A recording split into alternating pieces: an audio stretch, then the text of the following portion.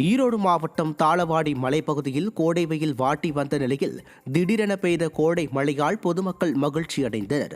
தாளவாடி மற்றும் அதன் சுற்றுவட்டார பகுதிகளான சூரையபுரம், மெட்டலவாடி உள்ளிட்ட பகுதிகளில் திடீரென கோடை மழை பெய்தது. சுமார் அரை மணி நேரம் பெய்த மழையால் வெப்பம் தணிந்து குளிர்ச்சியான சூழ்நிலை காணப்படுகிறது.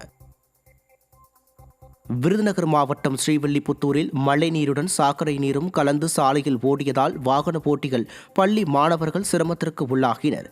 ஸ்ரீவில்லிபுத்தூர் மற்றும் அதன் சுற்றுவட்டார பகுதிகளான மல்லி, பாட்டக்குளம், வன்னியம்பட்டி, கிருஷ்ணன் கோவில் உள்ளிட்ட பகுதிகளில் கனமழை பெய்தது.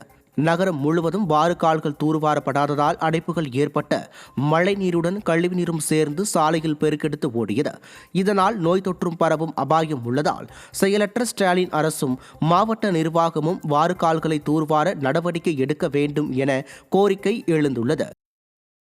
கனமழை காரணமாக நெல்லை மாவட்டம் மணிமுத்தாறு அருவி மற்றும் அகஸ்தியர் அருவியில் சுற்றுலா பயணிகள் குளிக்க தடை விதிக்கப்பட்டுள்ளது. அம்பை மேற்கு தொடர்ச்சி மலையில் உள்ள பிரதான அருவிகளான மணிமுத்தாறு மற்றும் அகஸ்தியர் அருவியில் ஆண்டு முழுவதும் தண்ணீர் ஆர்ப்பரித்து கொட்டுவதால் தினமும் தமிழகத்தின் பல்வேறு பகுதிகளில் இருந்து ஏராளமான சுற்றுலா பயணிகள் வருகை தருவது வழக்கம்.